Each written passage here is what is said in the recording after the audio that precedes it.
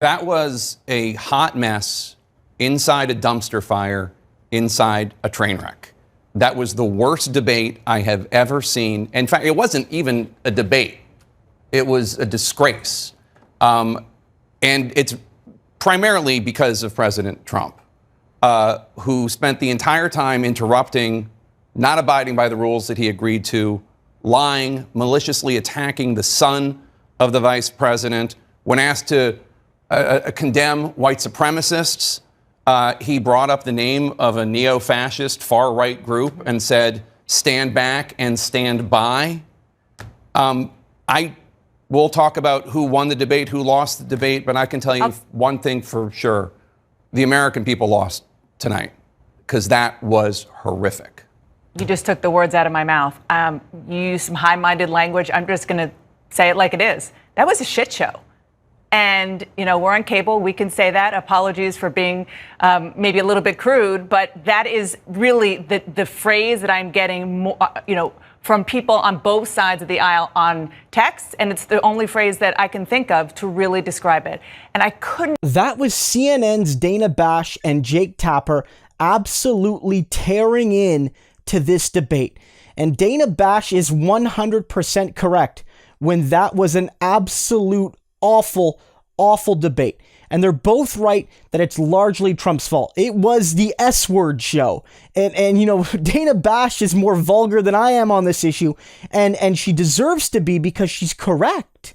Fundamentally, Donald Trump's performance was so disrespectful to the audience, to Chris Wallace, to Joe Biden, and it has no place in a debate of any form, but especially one for president of the United States, full of lies and character attacks and misrepresentation and trying to basically foment a coup against the United States, as Jake Tapper notes, trying to get his far-right supporters and the Proud Boys and other groups to basically stand by and be ready.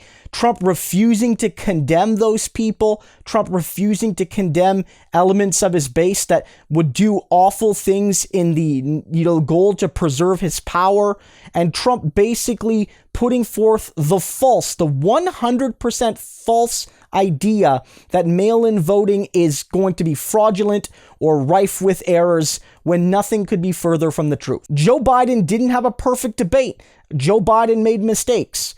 But Donald Trump demonstrated that he's not only a monster as a person, but he's a fundamental menace to the basic tenets of American democracy. And he has made it clear tonight, as he's done often before, he is not going to accept the result if he loses. And he's telling his people, Chris Wallace notes this. He said, what's the logical conclusion of your remarks? Are you going to tell your supporters to take to the streets and basically overthrow the government if you don't get your way? And Trump didn't say no to that. Trump will do perhaps anything to stay in power if the result is at least the least bit close. He needs to be defeated.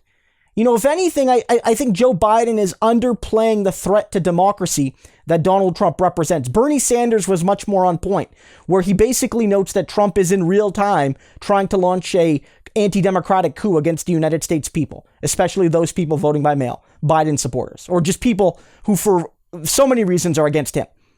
This was one of the worst debates I've ever seen. And while Biden played a small part in that, Trump is the one to blame.